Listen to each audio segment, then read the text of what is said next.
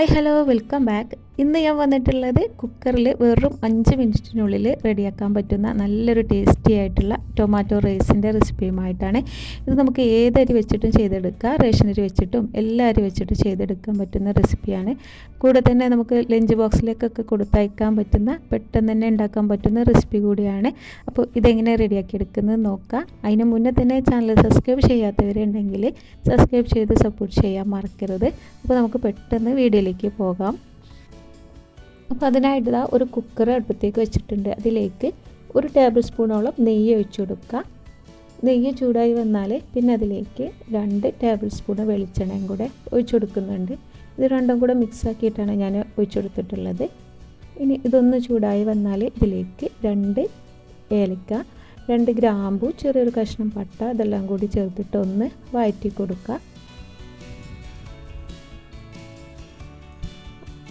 ഇനി ഇതിലേക്കൊരു 1/4 ടീസ്പൂണോളം വലിയ ജീരകം ചേർത്ത് കൊടുക്കുന്നുണ്ട്. അതിൻ്റെ കൂടെ തന്നെ നമുക്ക് ഒരു മീഡിയം സൈസിലുള്ള സവാള ചെറുതാക്കി ഒന്ന് അരിഞ്ഞും കൂടെ ചേർത്ത് കൊടുക്കുന്നുണ്ട്.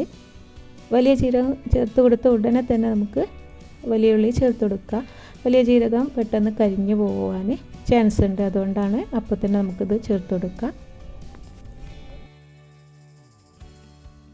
ഇനി ഇതിലേക്ക് കുറച്ച് ഉപ്പും കൂടെ ചേർത്തിട്ട് നന്നായിട്ട് ഈ ഉള്ളി ഒന്ന് വാടി വരുന്നത് വരെ നമുക്കിതൊന്ന് ഇളക്കി കൊടുക്കുക. അപ്പോൾ പെട്ടെന്ന് വാടി കിട്ടാനായിട്ട് കുറച്ച് ഉപ്പും കൂടെ ചേർത്ത് കൊടുത്തിട്ടുണ്ട്.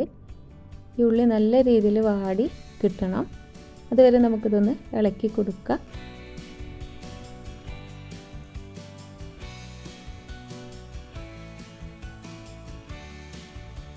ഇപ്പോൾ ആ ഉള്ളിയൊക്കെ നല്ല രീതിയിൽ വാടി വന്നിട്ടുണ്ട്. ഈ സമയത്ത് ഇതിലേക്കൊരു മീഡിയം സൈസിലുള്ള തക്കാളി അരിഞ്ഞതും കൂടെ ചേർത്ത് കൊടുക്കുന്നുണ്ട്. അപ്പോൾ തക്കാളിയുടെ വലിപ്പം കൂടി പോകരുത്.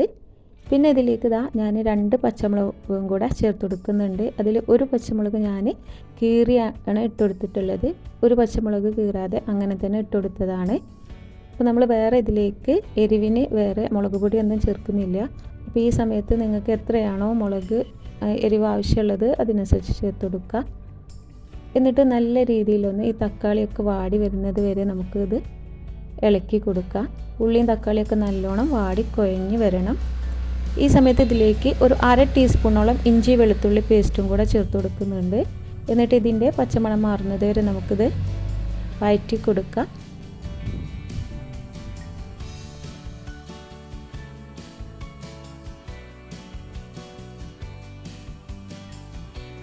ഇപ്പോൾ ഉള്ളിയും തക്കാളിയൊക്കെ നല്ലോണം വാടി എണ്ണയൊക്കെ ഒന്ന് തെളിഞ്ഞ് വന്നിട്ടുണ്ട്. ഈ സമയത്ത് നമുക്കിതിലേക്ക് ഒരു 4 തണ്ട് മല്ലിയില, 2 തണ്ട് പുതിനയില, പിന്നെ കുറച്ച് കറിവേപ്പിലയും കൂടെ ഇതിലേക്ക് ചേർത്ത് കൊടുക്കുന്നുണ്ട്. ഇത് ഉണ്ടെന്നുണ്ടെങ്കിൽ എന്തായാലും ചേർത്ത് കൊടുക്കുക. ഇതൊക്കെ നല്ല ടേസ്റ്റ് ഉണ്ടാവും നമ്മുടെ ടൊമാറ്റോ റൈസിന്. അപ്പോൾ ഇതും കൂടി ചേർത്തിട്ട് നമുക്കൊന്ന് വഴറ്റിയെടുക്കാം.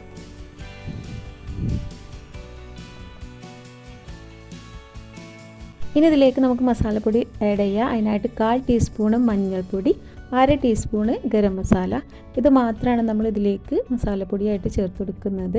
ഇതും കൂടി ചേർത്തിട്ട് ഇതിൻ്റെ പച്ചമണം മാറുന്നത് വരെ ഒന്ന് ഇളക്കി കൊടുക്കുക.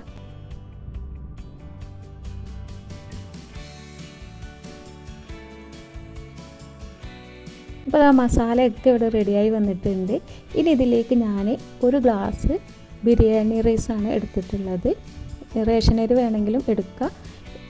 എന്നിട്ട് അതൊന്ന് കഴുകി അതിൻ്റെ വെള്ളമൊക്കെ ഒന്ന് ഊറ്റിക്കളഞ്ഞിട്ട് ഇതിലേക്ക് ചേർത്ത് കൊടുക്കുന്നുണ്ട്. ഇനി നമുക്ക് ഇതൊന്ന് വറുത്തെടുക്കണം. ഈ കുക്കറിൽ വെച്ചിട്ട് ഈ മസാലയോടൊപ്പം തന്നെ ഇതൊന്ന് വറുത്തെടുക്കണം.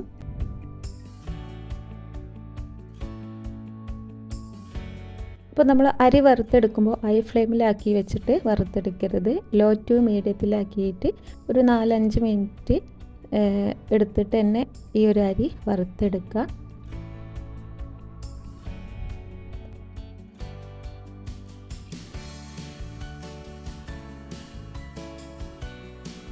അപ്പോൾ കുറച്ച് സമയം എടുത്തിട്ട് തന്നെ ഒരു 4-5 മിനിറ്റ് എടുത്തിട്ട് തന്നെ ഇത് ലോ ഫ്ലെയിമിൽ വെച്ചിട്ട് വറുത്തെടുക്കുക.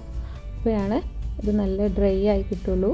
നമ്മുടെ ഈ അരിയിലുള്ള വെള്ളത്തിൻ്റെ ഈർപ്പൊക്കെ ഒന്ന് മാറിയിട്ട് നല്ല ഡ്രൈ ആയിട്ട് കിട്ടണം. ഇതുപോലെ ഡ്രൈ ആയിട്ട് കിട്ടുമ്പോൾ ഇതിലേക്ക് കുറച്ച് ചൂടുവെള്ളം ഒഴിച്ചു കൊടുക്കുക.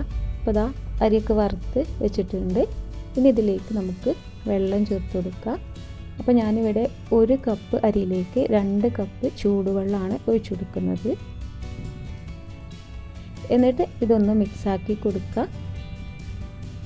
ഇനി ഈ സമയത്ത് ഇതിലേക്ക് ആവശ്യമായിട്ടുള്ള ഉപ്പ് ചേർത്ത് കൊടുക്കുക. നമ്മൾ ഇത്രയും നേരമായിട്ടും ഇതിലേക്ക് ഉപ്പ് ചേർത്തിട്ടില്ല. ഈ ഒരു സമയത്താണ് നമ്മൾ ഇതിലേക്ക് ഉപ്പ് ചേർത്തെടുക്കുന്നത്. പിന്നെ ഇതിലേക്ക് ഒരു 2 ടീസ്പൂണോളം തൈരും കൂടെ ചേർത്ത് കൊടുക്കുന്നുണ്ട്. തൈരിന് പകരം നാരങ്ങാനീര് 1 ടീസ്പൂണോളം ചേർത്ത് കൊടുത്താലും മതി. എന്നിട്ട് ഇത് മൊത്തത്തിലൊന്ന് മിക്സാക്കി കൊടുക്കുക.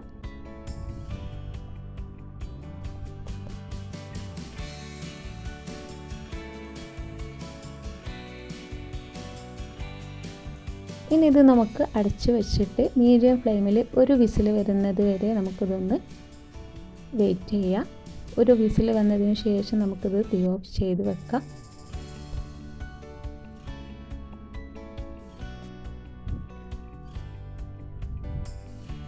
അപ്പോൾ ഒരു വിസിൽ വന്നിട്ടുണ്ട്. ഇനി നമുക്കിത് തീ ഓഫ് ചെയ്ത് വെക്കാം. അതിന് ശേഷം ഇതിൻ്റെ പ്രഷറൊക്കെ പോയതിന് ശേഷം മാത്രം നമുക്കിത് തുറന്ന് നോക്കിയാൽ മതി. അപ്പോൾ പ്രഷറൊക്കെ പോയിട്ടുണ്ട്.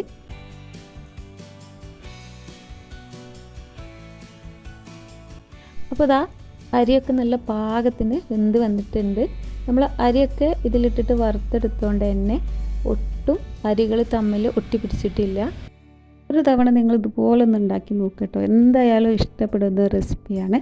ഇതിലേക്ക് നമ്മൾ ഇറച്ചിയോ മുട്ടയോ വെജിറ്റബിളോ ഒന്നും തന്നെ ചേർത്തിട്ടില്ല.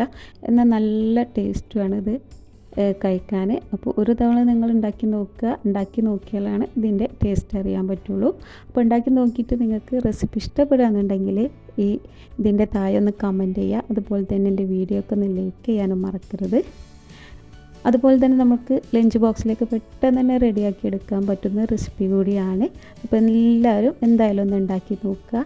അതുപോലെ തന്നെ ഇതുവരെ എൻ്റെ ചാനൽ സബ്സ്ക്രൈബ് ചെയ്യാതെ വീഡിയോ കാണുന്നവരുണ്ടെങ്കിൽ സബ്സ്ക്രൈബ് ചെയ്ത് സപ്പോർട്ട് ചെയ്യാനും മറക്കരുത്. അപ്പോൾ ഇന്നത്തെ ഈ റെസിപ്പി എല്ലാവർക്കും ഇഷ്ടപ്പെട്ടു എന്ന് വിചാരിക്കുന്നു. പുതിയ റെസിപ്പിയുമായിട്ട് വീണ്ടും കാണാം. Thank you.